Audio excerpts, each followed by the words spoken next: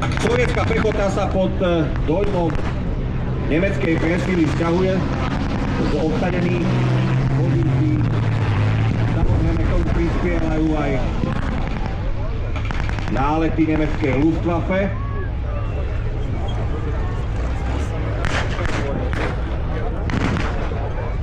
Sovietský veliteľ má evidentne za ľubom nejakú fintu, pretože my vieme, Nemci nevedia, že za tými stromami sú ukryté ešte ďalšie kusy sovietskej obrnenej techniky. Pripomínam, že Červená armáda rokov 44-45 už bola takticky úplne niekde inde ako Červená armáda rokov 41-42, kedy každý jeden ústup znamenal minimálne vojenský súd, v tom horšom prípade popravčiu stavbu pre veliteľa jednotky, ktorý svoju jednotku stiahol z boja.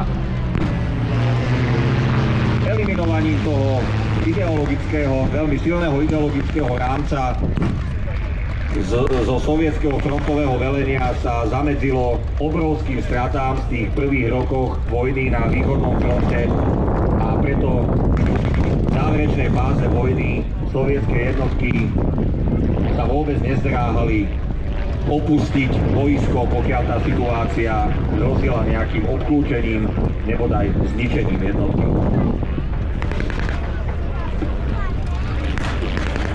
Môžeme hovoriť o tom, že Sovieti si osvojili určité princípy taktiky, vlákanie do pasce. Presne ako si povedal, v 41. to bolo jednoducho pre veliteľa trest, predtým v 45. tá sovietská armáda už bola trošku niekde ide. Páli, bolo to tým, že sa tí Sovieti naučili bojovať, alebo už sa cítili, že mohli si dovoliť rôzne ústupové manévre, klamlivé ciele. Čím si vysvetľuješ takúto mentálnu zmenu Sovietov?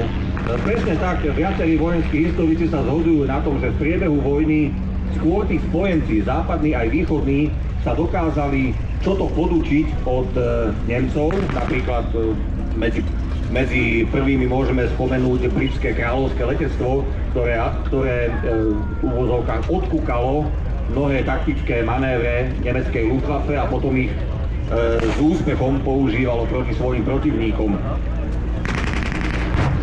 Na druhej strane nemecké velenie tak rigidne trvalo na tých svojich skúsenostiach a častokrát tvrdošíne odmietalo preberať taktické manévre svojich protivníkov. No a správa už vidíme blížiť sa zrejme sovietské vzdušné posily. Zároveň medzi radmi nemeckých vojakov vybuchujú aj projektily delostreleckej kontroly. Sovieti si obzvlášť potrpeli na masívne delostrelecké priehrady s využitím všetkých možných kalibrov od 82 mm dynamotov až po ťažké húfnice kalibru 203 mm. Môžeme už hovoriť v tom čase, že boli jednotlivé jednotky zosynchronizované, napríklad letectvo s pešinami, s delostrelectvom, s tankovými jednotkami. Dá sa hovoriť o nejakých prvých prvkoch moderného boja? Celkom určite. Pokiaľ to taktická situácia a úroveň výcviku vojakov umožňovala, tak v praxi velitelia dokázali veľmi efektívne manévrovať pešými aj mechanizovanými, skrátka modernými jednotkami v súčinnosti s tou delostreleckou palebnou kolónou, ktorá sa pri tej ideálnej konštelácii dokázala posúvať tesne pred tou útokiacou pechotou alebo tankami vo vzdialenosti niekoľkých stoviek alebo dokonca desiatok metrov. Čiže pokiaľ to všetko šlapalo, tak v zápätí po prechode tej delostreleckej palebnej clony sa na protivníka okromeného delostreleckou palbou vrela pechota alebo tanky. To možno v prípade, keď to nevychádzalo, no samozrejme stávalo sa a nie zriedka, že tá delostrelecká palba mohla dopadať aj medzi vlastné jednotky. Takže všetko naozaj záviselo od momentálnej situácie aj od výcviku. Veľmi často sa v tejto situácii spomínajú napríklad aj straty prvého československého armádneho zboru na Dukle, kde práve nedostatok času na výcvik peších brigád Československého armádneho zboru viedol k úplne zbytočným stratám, kedy zborové delostrelectvo československé nezriedka vpálilo do vlastných radov. Čo v tej dobe znamenalo, že boli nedostatočne vycvičení? To znamená, že neovládali základné princípy rozkazov, kedy, kde, ako mali byť nasadení, zosúladenie, alebo ako si to máme jednoducho pripraviť, že mali málo času na prípravu a na výcvik.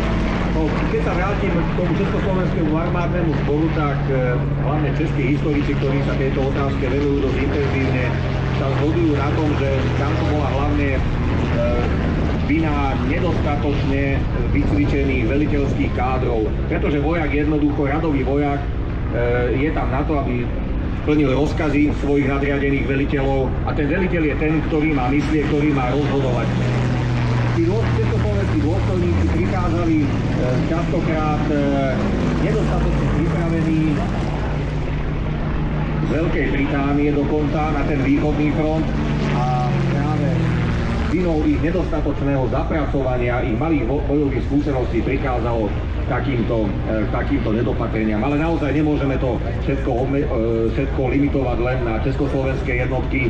To isté sa stávalo Sovietom, to isté sa stávalo Nemcom aj Američanom. Na západnom fronte sa napríklad bohužiaľ pomerne často západným spojencom stávalo, že vlastné letectvo pri nedostatočnom rozlišovaní pozemných jednotiek útočilo tiež do vlastných. No a nad našimi hlavami sa odohráva letecký súboj medzi stíhacím letectvom a nemeckou Luftwaffe. Pali, keď sa opäť presunieme do roku 1945, apríl 45, je asi jasné, že kto mal vzdušnú prevahu a kto ovládal vzdušný priestor v tom čase, alebo to bolo inak?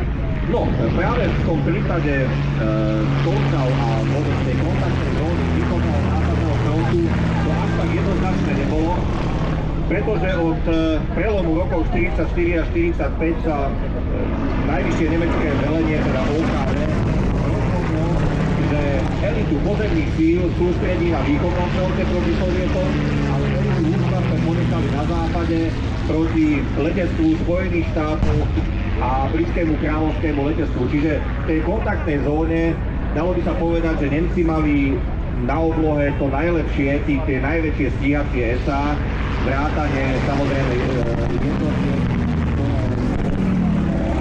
prúdovými lietadlami, ako boli Messerschmitt 260 a Schwalbe, prípadne prúdové bombardéry Arado 234. Okolili sa aj na zem, pretože Sovieti sa rozhodli nasadiť proti nemeckým pozemným silám samohybné dielo SU-100, ktoré svojím kalibrom môže dosť výrazne zvrátiť vývoj situácie na Zemi. Nemecký hecer v strede rozvinuté zostavy dostáva zásah, hustý čierny, posádka odpúšťa horiaceho a Nemci prichádzajú o veľmi, veľmi dôležitý palebný prostriedok, predovšetkým na boj proti obrneným prostriedkom protivníka. Podotýkam, že zásah obrneného vozidla či už vyslalo neznamenalo stratu posádky. Ono vo väčšine prípadov je to už tak statistická podložená. Posádka má šancu prežiť zničenie svojho vozidla maximálne s nejakými ľahšími zraneniami. V prípade dobrého zásobovania, čo máme dokumentované hlavne na sovietskej strane na východnom fronte, si tieto posádky niekoľko počkali na nové vozidlo.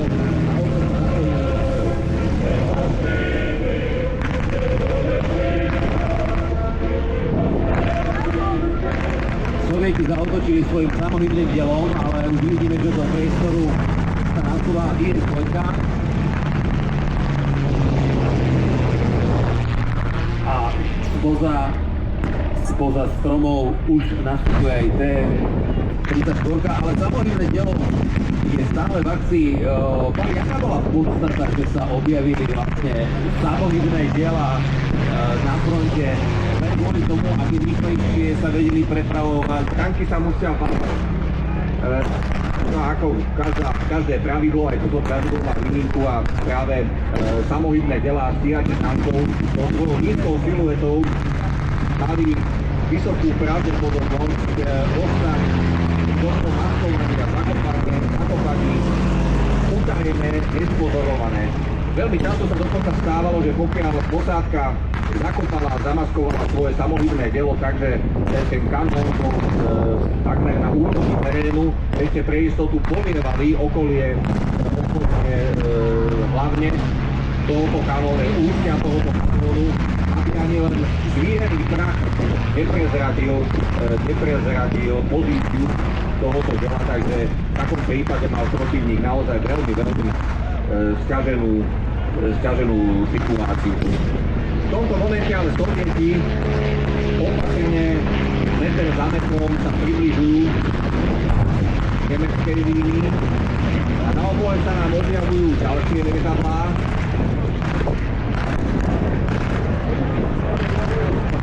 Vidíme tam máme invázne pruhy, hviezdy na modrom podklade. To môže byť len United States Air Force. Toto netušili ani Nemci, ani Sovieti. Aj americká armáda sa priblížila k Labe. A kde sú lietadlá, tam bude niekde na blízku aj pechota a obvedené jednotky. A Nemci asi začínajú skúsiť to najhoršie, dostávajú sa do prieky.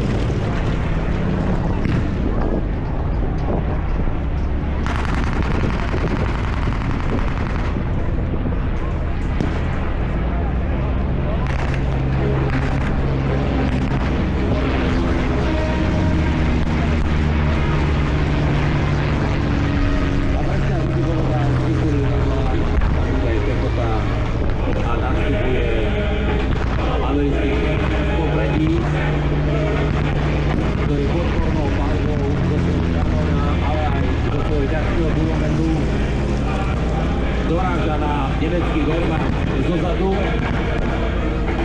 Presne tak vidíme nástup americkej techniky. V príslovečnom rýchlom tempe 3. armády generála Petrna, ktorý mal takisto podobne ako spomínaný hajský názor. Známe je jeho heslo Lead me, follow me, or get off my way. Veďte ma, nasledujte ma, alebo využite, to vás prevalcujem. Americký útok vedie stredný tank M4A4 Sherman, doprevádzaný obrnenými vozmi M8 Greyhound. Hlavná výzbroj Shermana je samozrejme spojená 70 mm kanónom. Ale ďalšie vozidlá, ktoré sú nastúpené aj Malmstrany M3 a M3, sú veľmi silne vyzbrojené gulometmi Browning.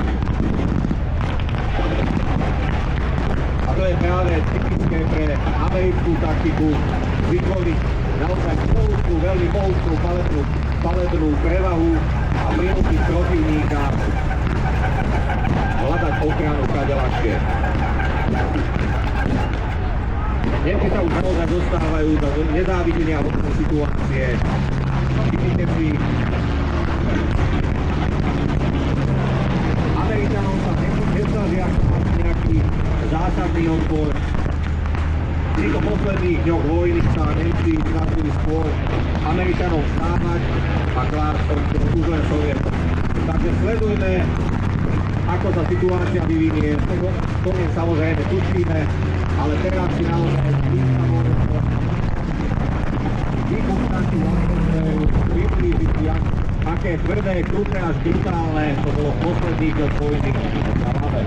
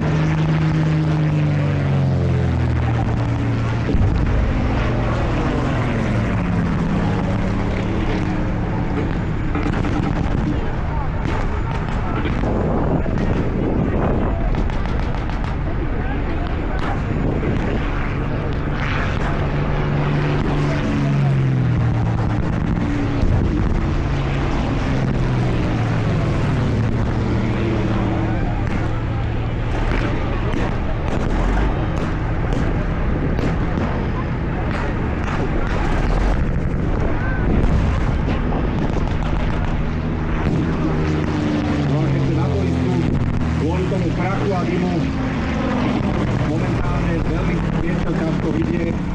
Lepšie sa nám dívať lietadlá na oblohe.